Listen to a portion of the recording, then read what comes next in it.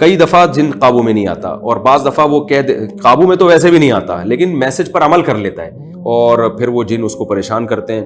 تو ایسا بھی نہیں ہوتا کہ جس پہ چاہیں جن بھیجیں وہ چلے بھی جائیں. بعض دفعہ جادو, اکثر تو جادو اثر نہیں کرتا ہے.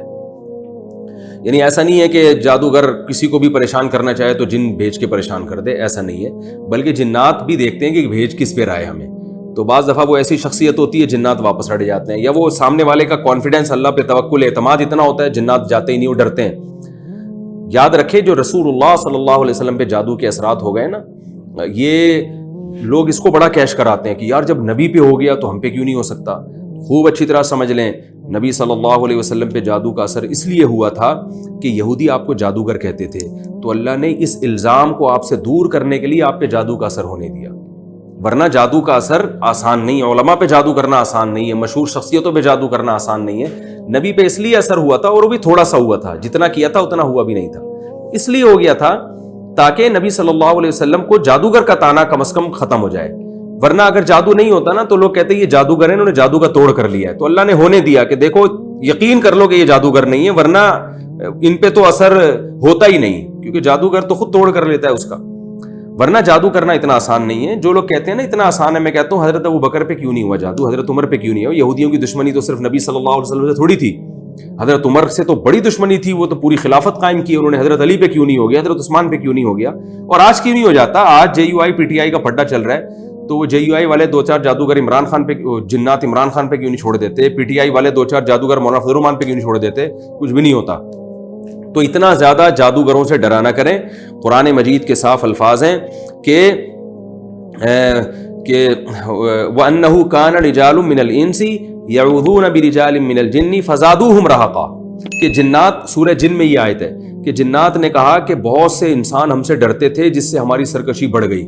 تو پتہ یہ چلا کہ جو لوگ جنات اور جادو سے زیادہ ڈرتے ہیں, جنات اور جادو اثر بھی انہی پہ کرتا ہے. جن میں کانفیڈنس ہوتا ہے ڈرتے نہیں ہیں, ان پہ اثر نہیں ہوتا. خالد بن ولید رضی اللہ تعالیٰ عنہ ایک درخت کو گرانے گئے تھے, اس پہ جنات تھے, تو وہ جو ہے نا ایسے وہ چڑیل بن کے ان کے اوپر حملہ کرنے لگی. خالد بن ولید نے ایک تلوار گھما کے اس کا جو ہے نا وہ ستیہ ناش کر دیا. اب کوئی عام آدمی جاتا وہ تو اور ڈر جاتا, پناہ مانگنے لگتا. تو جنات سے زیادہ ڈرا ورا نہ کریں اور نہ جادوگروں سے ڈرا کریں.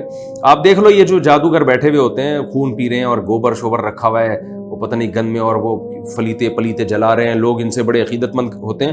جب پولیس چھاپا مارتی ہے کیسے بھاگتے ہیں یہ, کیونکہ پولیس جب جاتی ہے نا کانفیڈنس کے ساتھ, وہ ڈرتی نہیں ہے. تو اس وقت ان کے جنات کہاں چلے جاتے ہیں. تو اس لیے ان جادوگروں سے بالکل نہ ڈریں. اور یہ اگر کہنا میں یہ کر دوں گا وہ کر دوں گا, میرے بیان سن کے بہت سے لوگ الحمدللہ انہیں ڈرنا چھوڑ دیا. تو ایک جادوگر نے دھمکی دی کل 24 گھنٹے میں تیرے ساتھ یہ ہو جائے گا. وہ لڑکے کا میرے پاس فون آیا, میں نے کہا اگر تو ڈرے گا تو ہو جائے گا, یاد رکھنا, نہیں ڈرے گا تو کچھ بھی نہیں ہوگا. اور اس جادوگر کو بول لے بھائی تو ڈبل کر دے میرے ساتھ نقصان نہ. تو یہی ہوا, 24 گھنٹے گزر گئے, کچھ بھی نہیں ہوا. تو یہ جادوگر لوگوں کو زیادہ فری نہ کرایا کریں. لیکن بہرحال جو اس طرح کے لوگ ہوتے ہیں ان پہ جادو اثر کرتا ہے, جو ان چیزوں پہ زیادہ یقین کرتے ہیں. اور احتیاط کا تقاضا بہرحال یہی ہے کہ رقیہ شرعیہ کا اہتمام کیا جائے, تاکہ یہ اثر بھی, اگر اس کا امکان بھی ختم ہو جائے.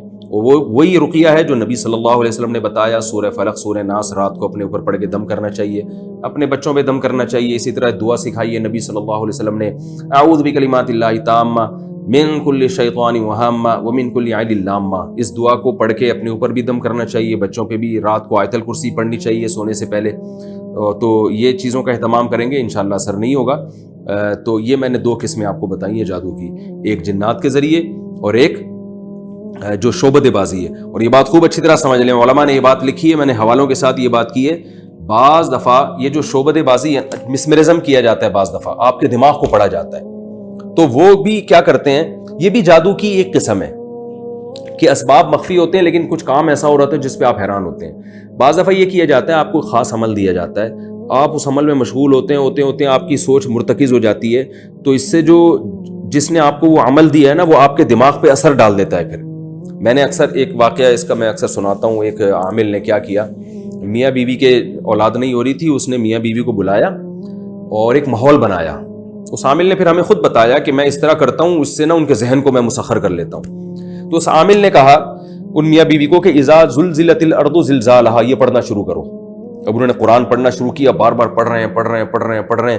اس نے اندھیرا کر دیا اور میاں بیوی سے کہا دونوں اپنے جو ہے نا وہ عجیب سے ان سے عمل کروائے نا, میں اس ایسے بےہودہ اعمال کروائے کہ میں اس کو بھی ریکارڈنگ میں نہیں لانا چاہتا, جس سے ان کو یہ نا ان کو ایک ذہن میں یہ آتا ہے کہ پتہ نہیں کچھ ہونے والا ہے. یعنی ایسے عجیب اعمال کروائے جاتے ہیں نا جس سے وہ لگنے لگے وہ بیٹا کچھ ہونے والا ہے ہمارے ساتھ. تو اس سے کیا ہوتا ہے کہ وہ روب میں آ جاتے ہیں, ایک مسخر ہو جاتا ہے ان کا دماغ. اور اذا زلزلت الارض زلزالہا, اذا زلزلت الارض زلزالہا, قرآن پڑھانا شروع کیا. اور ہوتے ہوتے کیا ہوا ہے کہ پھر ایک دم ان کے سامنے ایک مٹکا آ کے گرا ہے. وہ مٹکا ٹوٹا ہے, اس میں پتلے اور اس میں میاں بیوی کے پتلے اور اس میں سوئیاں لگی ہوئی ہیں, اور وہ مٹکا بکھر گیا. اور اس عامل نے کہا دیکھو ماشاءاللہ مبارک ہو, یہ تم لوگوں پہ اتنا خطرناک جادو ہوا تھا, آج یہ جادو میں نے توڑ دیا ہے. اس عامل نے ہمیں خود بتایا کہ نہ کوئی مٹکا آ کے گرا, نہ کوئی سوئیاں تھیں, میں نے ان کے دماغ کو مسخر کر لیا تھا. اب جو تصور میں ان کے دماغ میں ڈالوں گا وہ تصور آئے گا. تو ہم نے پوچھا یہ مسخر کیسے کیا؟ اس نے کہا کہ ان کو میں نے جو سورہ زلزال پڑھائی ہے نا, اس کا کوئی اثر نہیں ہے, بس ان کو یہ لگا کہ کچھ ہو رہا ہے, اس لیے میں نے بیان میں یہ دعویٰ کیا تھا. بعض دفعہ قرآن سے بھی جادو کیا جاتا ہے, لیکن لوگوں نے میرا بڑا مذاق اڑایا تھا اس پہ کہ قرآن کی طرف جادو کی نسبت کر دی. تو یاد رکھیں وہ جو قرآن سے جادو کیا جاتا ہے وہ اس کی وجہ یہ ہوتی ہے کہ وہ آیتیں آپ سے پڑھوا کر نا آپ کو کی سوچ کو مرتکز کیا جاتا ہے. ہندو لوگ وہ منتر کے ذریعے ایک خاص منتر دے دیں گے, وہ پڑھنا شروع کر دو گے آپ. اور جو عامل لوگ ہیں وہ روحانی ٹوپی ڈرامے جو ہیں وہ روحانیت کے نام پہ وہ قرآن کی آیتیں میں لگا دیتے ہیں آپ کو, تاکہ آپ سمجھے بڑا نیک آدمی ہے. مقصد قرآن نہیں ہوتا, مقصد آپ کی سوچ کو مرتکز کرنا ہوتا ہے. تو وہ قرآن سے بھی ہو جاتی ہے, وہ مخصوص کلمات سے بھی ہو جاتی ہے, بس وہ ایسے ہونے چاہیے کہ آپ کو لگے کچھ ہو رہا ہے. تو جب آپ کو لگنے لگتا ہے نا کچھ ہو رہا ہے, تو پھر وہ جو آپ کے دماغ میں خیال ڈالے گا وہ بیٹھ جائے گا. اور جس کو لگے کچھ بھی نہیں ہو رہا, نارمل ہے, وہ پوری ایڑی چوٹی کا زور لگا دے. ہم نے اسے کہا یار ہمارے سامنے مٹکا توڑ کے دکھاؤ, اس نے کہا نہیں ہو سکتا. اس نے کہا آپ کے دماغ کو نہیں مسخر کر سکتا میں. تو اس لیے یاد رکھیں بعض قرآنک سیڈیز ایسی ہیں جن میں قرآن کی مخصوص آیتیں آپ سنتے ہیں, آپ کو ایسا لگتا ہے کچھ ہو رہا ہے, آپ اس لیے سے سنتے ہیں میرے جادو کا علاج ہو جائے. تو سنتے آپ کی سوچ مرتکز ہوتی ہے. ایک گھنٹہ جب مخصوص قاریوں کی آواز میں آپ سنتے ہیں تو بعض دفعہ آپ کو الٹیاں لگ جاتی ہیں, طبیعت خراب ہو جاتی ہے وقتی طور پر. اس سے آپ سمجھتے ہو میرے جادو کا علاج ہو رہا ہے, حالانکہ وہ علاج نہیں ہو رہا ہوتا, آپ پہ جادو ہو رہا ہوتا ہے. جادو کا مطلب آپ کی یعنی الٹیاں ہو رہی ہیں لیکن آپ کو اس کا سبب معلوم نہیں ہوتا. وہ سبب یہی ہوتا ہے کہ آپ کی نیت بھی ہے کہ جادو کا علاج ہو. آپ سمجھ رہے ہوتے ہیں کہ ہو رہا ہے, آپ سمجھتے ہیں کہ میرے اندر جنات ہیں, حالانکہ کچھ بھی نہیں ہوتا. آپ سمجھتے ہیں میرے اندر جنات ہیں, اب میں یہ سورہ رحمان اتنی دفعہ اتنے غور سے بار بار ایک خاص فریکوینسی کے ساتھ سنوں گا تو وہ جنات نکلنا شروع ہوں گے. تو جب 1 گھنٹہ 1.5 گھنٹہ آپ روزانہ سنتے ہیں تو وہ نکلتے کچھ بھی نہیں ہے. آپ کی ایک دم طبیعت خراب ہونا شروع ہوتی ہے, پھر الٹیاں ہوتی ہیں. جب الٹیاں ہوں گی تو آدمی ریلیکس ہو ہی جاتا ہے خود بخود ہی, تو وہ سمجھتا ہے ہلکا ہو جاتا ہے, ہاں جنات نکل گئے. ایسا کچھ نہیں ہے. تو اس لیے یہ اس کا بھی آپ بیدار رہیں. بہرحال لیکن عام طور پر قرآن سے جادو کا علاج ہوتا ہے. ویسے آپ گھر میں سورہ رحمان کی تلاوت کریں گے یا سنیں گے نارملی تو اس سے فائدہ ہوگا, لیکن یہ جو مخصوص سیڑھیاں آ رہی ہیں نا آج کل, ان سے آپ ہوشیار رہیں.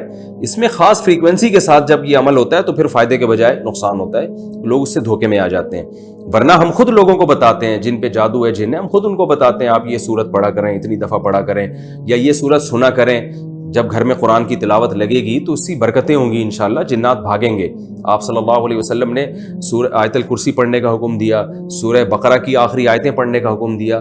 بلکہ ہم تو غیر مسلموں کو بھی بتاتے ہیں, جب وہ آتے ہیں نا کہ جن ہے جادو ہے, تو ہم ان کو بھی بتاتے ہیں سورہ رحمان پڑھو یا سنو, تو ان کو بھی فائدہ ہوتا ہے. لیکن میں نے بتایا کہ کس صورت میں فائدہ ہوتا ہے, کس صورت میں فائدے کے بجائے نقصان ہوتا ہے, دونوں میں فرق کرنا ضروری ہے. تو یہ ہے جادو کی کچھ میں نے آپ کے سامنے تفصیل بیان کی ہے. اور ویسے آپ رقیہ کا اہتمام کریں گے انشاءاللہ یہ جادو وادو نہیں ہوگا. پھر بھی اگر کسی پر ہو گیا ہے تو قریب میں مولوی صاحب کے پاس جائے, بولے مولوی صاحب مجھ پہ آپ دم کر دیا کریں, آیت الکرسی پڑھ کے یا مختلف صورتوں سے وہ دم کریں گے, انشاءاللہ فائدہ ہوگا. یا کوئی اچھے آدمی ہیں جو واقعی نیک آدمی ہوں اور لوگوں کو الو نہ بناتے ہوں, تو ان سے جا کے بھی علاج کرا سکتے ہیں, فائدہ ہوتا ہے. لیکن میں نے بتایا اس فیلڈ میں فراڈی بہت ہیں, ایسا نہ ہو کہ کچھ بھی نہ ہو اور وقتی فائدہ ہو اور آپ اور الجھتے چلے جائیں. ایسے کئی کیسز سامنے آئے کہ ایک مریض تھا, وہ علاج کرانا شروع کیا, وہ ابھی ٹھیک ہوا نہیں ہوا, لیکن اس کے ابا کو بھی شروع ہو گیا, اس کی نانی کو بھی شروع ہو گیا, پورا خاندان لپیٹ میں آ جاتا ہے. تو دواؤں پہ لکھا ہوتا ہے تمام دوائیں بچوں کی پہنچ سے دور رکھیں. تو میں بھی آپ سے کہتا ہوں کہ تمام بچے ان عاملوں کی پہنچ سے دور رکھیں آپ.